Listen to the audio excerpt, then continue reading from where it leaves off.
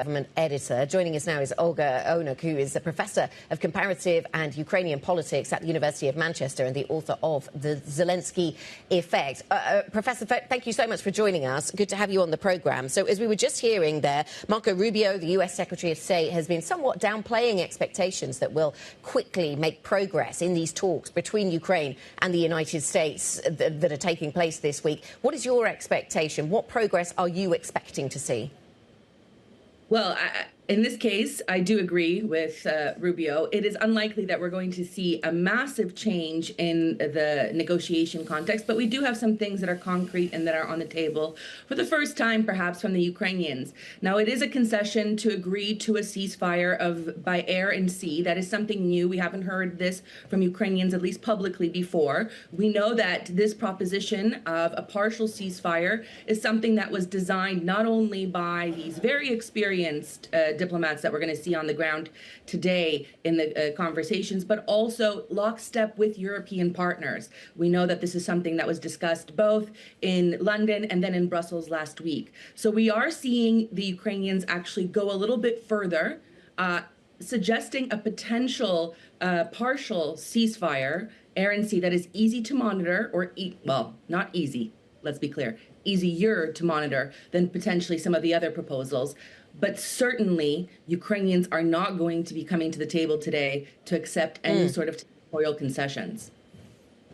OK, that's interesting. So perhaps we focus on whether there is landing ground on some kind of temporary ceasefire then, because as you say, we've had the Ukrainians saying if there are no airstrikes, if there's no naval operations, then they could be persuaded around some kind of ceasefire with Russia. Russia is saying that they could be open to a temporary truce if they're making progress to any kind of final peace settlement. Does it sound as if there's any kind of landing ground for even a temporary agreement there then?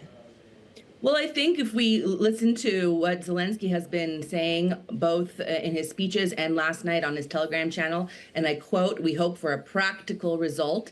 And I also quote, "We are meeting and hoping for the meeting to be absolutely constructive." Now, this is something that is being repeatedly highlighted by Zelensky's team and the diplomats. I think it is possible that the Ukrainians have moved a little bit on this partial ceasefire, but there are other issues about territorial concessions that are just not possible. First of all, 57% of the population thinks any sort of deal is doomed if it includes territorial concessions. Now, that's quite a large number of the population that is very engaged in the war effort and highly armed, and everyone is looking for stability here. Certainly, that is not something that would be stabilizing within Ukraine. And I think the exchange and the retaliatory airstrikes that we saw by Ukraine against Russia, over 300 unmanned aerial vehicles across the Russian Federation and about 70 or so around the Moscow area, these are retaliatory strikes for a week of extensive strikes every single night, 126 last night in Ukraine, but repeatedly every single night, Russia has been trying to strike critical infrastructure and civilian infrastructure. So I think this is also Ukraine showing that it has been very much reserved when it comes to using the tools at its disposal to reach across into the Russian Federation's territory. And so perhaps they're saying we will not escalate in this retaliatory manner if we agree to this partial ceasefire. I think that's a position of goodwill, and that's something that we haven't, again, heard publicly previously. Olga, walk us through the role that Europe plays, if any, in these negotiations, especially given that any deal needs to be implemented by the Europeans. But there's also an energy question here when it comes to that European exposure. How does that all factor in? Absolutely. The Europeans are essential right now. European unity is essential right now. Coordination, not only intelligence sharing is essential from Europe right now, but also working with the Ukrainian partners in lockstep. Now, we haven't seen this kind of intense lockstep coordination amongst European partners in quite some time. There are certainly a lot of weaknesses across Europe, across the continent.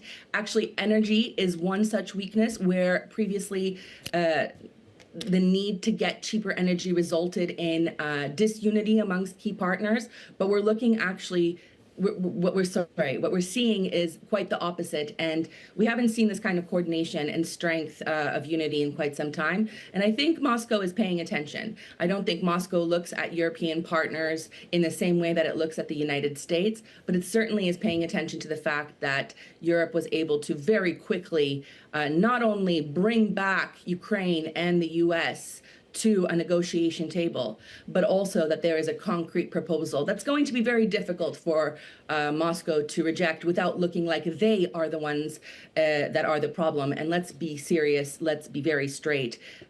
Russia is the problem here. Russia is the aggressor. Russia is the entity that is not willing to cease and stop its war of aggression against Ukraine. Olga, good morning. How long are we looking at instability in this region lasting? How long before stability returns? What does stability look like? Is this now the new normal, that we are going to see an unstable border between Europe and Russia, and that is just a narrative that we're going to have to live with for generations? Well, hopefully not, Guy. This is actually what we all hope will not be the result for future generations to come.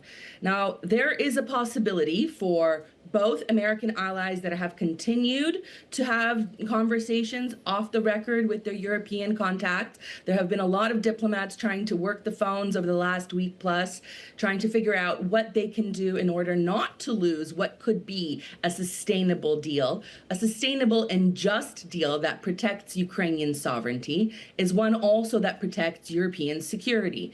And I think there are far too many different events that occurred in the last 2 weeks that made it clear that, again, Europe needs to be coordinated on this. If Europe is coordinated and united, the propositions that they make with their Ukrainian partners in lockstep, potentially with American allies that are still having good channels of communication with both Ukraine and Europe, and the UK plays a very important role here, of course, of this bridge between Europe and the United States, that we can have a solution, at least perhaps not a full resolution any day soon. I don't think negotiations are going to result in a full and just and sustainable peace within the next weeks and months, but I do hope that within the next year or two, we get to a position where we have not only a sustainable peace, but a just peace.